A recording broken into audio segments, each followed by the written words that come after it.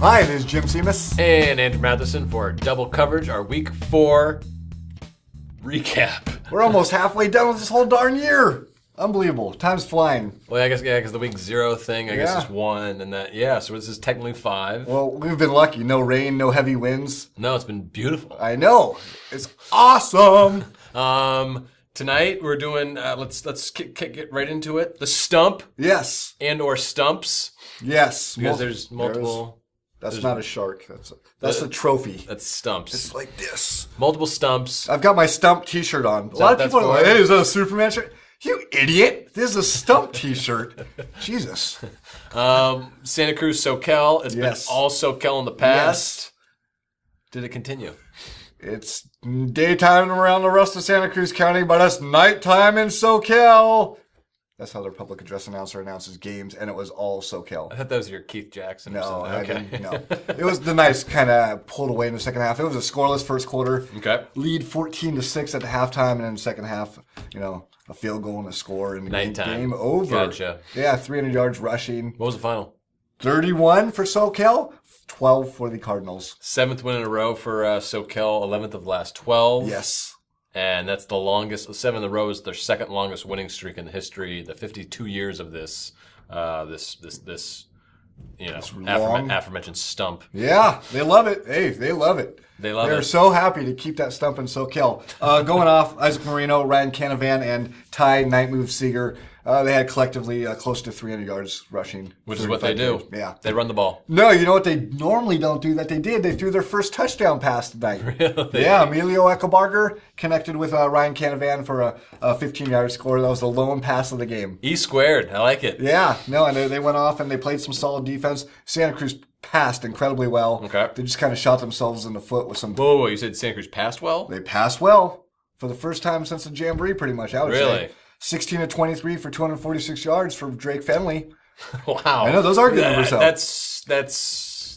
That's easily a season high. Yeah, no, that's great. Probably a career high. I mean, 16 of 20. I mean, some of that, Alex Morris and Ashton Davis. Okay. Like they whoa, and they catch it like this while in motion, like, get off me, and they're like catching it on their finger. It's amazing. I've seen it 1,000 times. Yeah, I know. Seriously, it's actually routine. But steadily plays by them. They didn't run very well. 66 yards rushing. Okay. 4 fumbles. Didn't lose the ball, but and a couple of timely penalties that killed the Cardinals. Was SoCal's defense focusing on the run then? I mean, you said they didn't run the ball that well, but they obviously passed well. They were on pass coverage. They're on top of it. Okay. I thought they did a great job. They did get burned for a few deep balls, but like I said, phenomenal catches by Morris and Davis. Okay. So I thought they played some pretty solid defense all around. Had a couple sacks. Had an interception. Good job, Knights. It's another thing to watch out for Santa Cruz moving forward a little bit. I mean, obviously let's focus on the run, on the run. But if they can throw the ball, I mean, that's a little facet that they can maybe open up later in the season. Definitely an improved effort. Okay. Yeah. Next up on the schedule was MVC, Monterey Bay League Gavilan Division opener against Salinas. Big ol' Salinas. Yes. Big ol' Salinas. 82 players I counted on their roster. Excuse me, don't move. 1, 2. I said don't move. 1, 2. Hey. Just look at the roster. Hey! MVC had 29, excuse me. 1910 winners, though, Salinas was. That's impressive for the Mustangs. One of those impressive wins. Yeah, I mean, I never want to say good loss. Was it a super loss then? It was not a super loss. It was a better loss than last week when they fell to King City 21-13. Really didn't have anything to kind of feel good about for the most part. You're a feel-good reporter.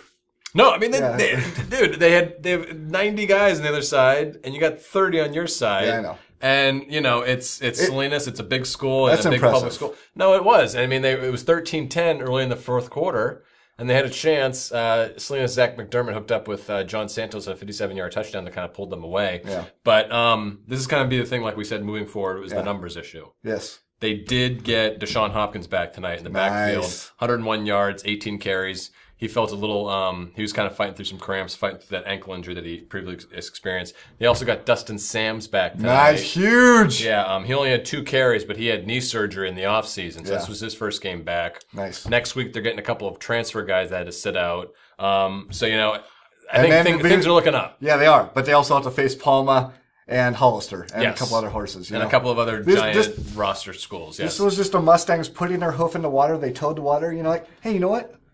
We're swimming horses. We could do this. Let's jump in. They're in a gabbling, dude. It's for real. That's exactly what they said. Yeah, just one of those metaphors. It didn't work. Yeah. But, I mean, they can compete. Yeah, they can compete. Thus far. They wanted to make a big roar in this game, but I don't know if they did that, but they definitely turned some heads. They're going to make some people notice. I am a lion champion. Some big changes here at Double Coverage for our third and final game. I am now in a fashionable hat. Well, somewhat fashionable. And I am not Jim Seimas. I am Julie Jag. The most female-looking of all the sports reporters at the Santa Cruz Sentinel. Well, it's close anyway. I mean, you've seen Jim's hair, so. I do have a Hello Kitty highlighter, though. It's a little bit different. Jim Seimas is MIA. He bought a suit. He went to a wedding. Not his, of course. Let's get right into it, though, for our final game. SLV hosting Los Altos. Undefeated Los Altos. Undefeated Los Altos. For the Eagles. For their final non-league game of their season before they open up Santa Cruz Coast Athletic League play. Looking for a win. Kind of a tale of two halves, right? Yes. Looking for a win. Didn't get it. 49-21 Los Altos. But, Los Altos tried to run the ball a little bit in the first half. Couldn't do it. Had a 9-0 lead. Got a late touchdown at the end of that first half to make it 15-0. And then in that second half, they really kind of exploited the underneath, the short passing game. Los Altos did in the third quarter, opened the field, went to the run in the fourth quarter, kind of pulled away with a 49-21 win. Now, last time you saw these guys, you said was Jamboree, right? So tell me a little how they've changed. The last I've seen was the SECL Jamboree. It was night and day, which is what you would expect after about a month of improvement. Yeah, we hope that it's changed. Yeah, but, we've mentioned it before. SLU very young. They had 7 guys come back to this year's team that had varsity experience. So they're all learning, kind of varsity, terms, schemes, whatnot. 32 new guys on the field. Yeah, Takes a little coordination. A lot of newbies. But, the run blocking has been better. The pass blocking was better. A guy who's not new? Chell Johnson. Chell Johnson. Chell. 222 yards for him, 6 carries, 37 yards, average. And he had a touchdown. He had 2 runs that he went left, saw nothing to do, reversed field to the right. One went for a 53-yard touchdown. One went for a 79-yard gain. Should have been a touchdown, but he got screwed up by the refs. Well, that's all right, though. You let your other teammates score. Sure. Shell, you're going to have other scores. Cade Leonard got the touchdown there for him. But, him moving forward is going to be a lot of fun to watch. A guy who is new, Mr. Primo.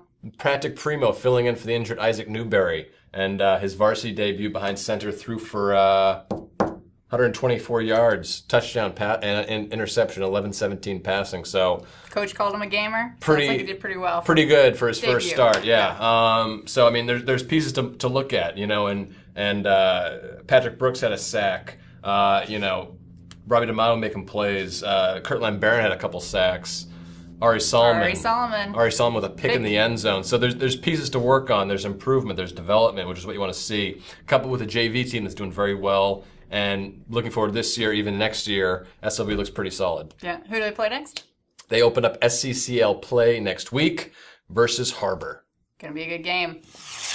Only got to see 3 games this week, so that does it for this week's show. I didn't get to see any, but I got to hear all about them. So you get to sit and make witty comments. That's right. Yeah. Next week you'll be stuck with Jim Seimas again. Next week Seimas will be back to screw up kids' names and point to his biceps. Yeah.